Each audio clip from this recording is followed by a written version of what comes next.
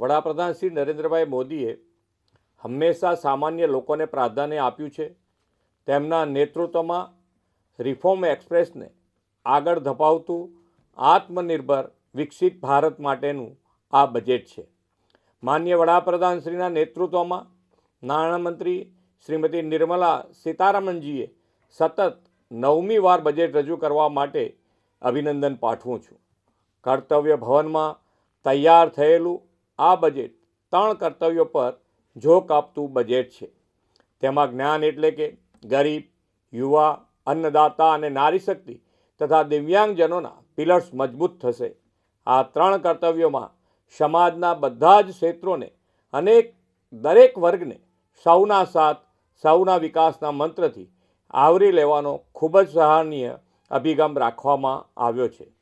Infrastructure, industries, cutting એજ technology, semiconductor, data centres જેવા ક્ષેત્રો પર ખાસ ફોકસ કરવામાં આવ્યું છે.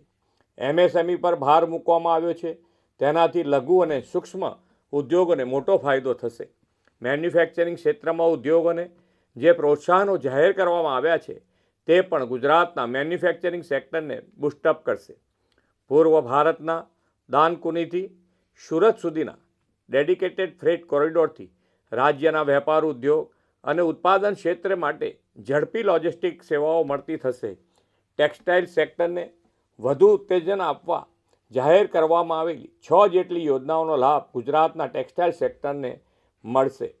3 કેમિકલ પાર્ક્સની જાહેરાત તથા બાયોફાર્મા ઇન્ડસ્ટ્રીઝ માટે 10,000 કરોડની જે જાહેરાત થઈ છે તેનો પણ લાભ ગુજરાતના આ ક્ષેત્રના ઉદ્યોગને મળશે.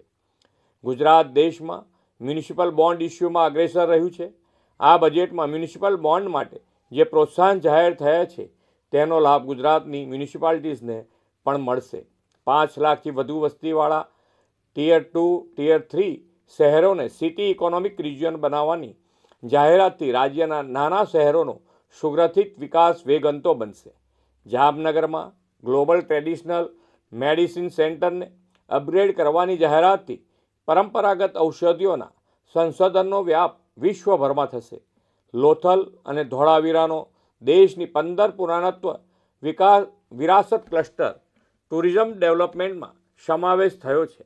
તેનાથી પ્રવાસન દ્વારા ગુજરાતમાં વિરાસત બી વિકાસ બીનો અભિગમ સાકાર થશે. દેશમાં 20 આઇકોનિક પ્રવાસન સ્થળો માટે 10,000 ટુરિસ્ટ ગાઈડ તૈયાર કરવાની યોજનાથી ગુજરાતના આઇકોનિક ટુરિસ્ટ પ્લેસમાં સ્થાનિક રોજગારીઓને તકો વધશે. કૃષિ, પશુપાલન, મત્સ્ય ઉદ્યોગ, સ્વસહાય જૂથો, ગ્રામીણ અર્થતંત્ર સૌના વિકાસને પ્રાધાન્ય અપાયું છે.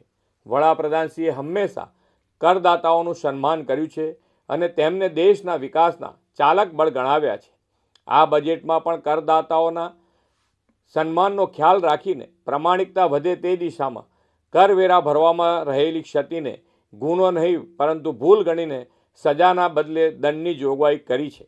સમગ્રતા આ બજેટ સર્વસમાવેશી, સર્વસ્પર્શી અને સામાન્યમાં સામાન્ય માનવી સહિત સૌના સર્વગ્રાહી વિકાસ, કલ્યાણ અને આત્મનિર્ભર વિકસિત ભારત માટેના તેમના યોગદાનને વધુ પ્રેરણા આપતું બજેટ છે.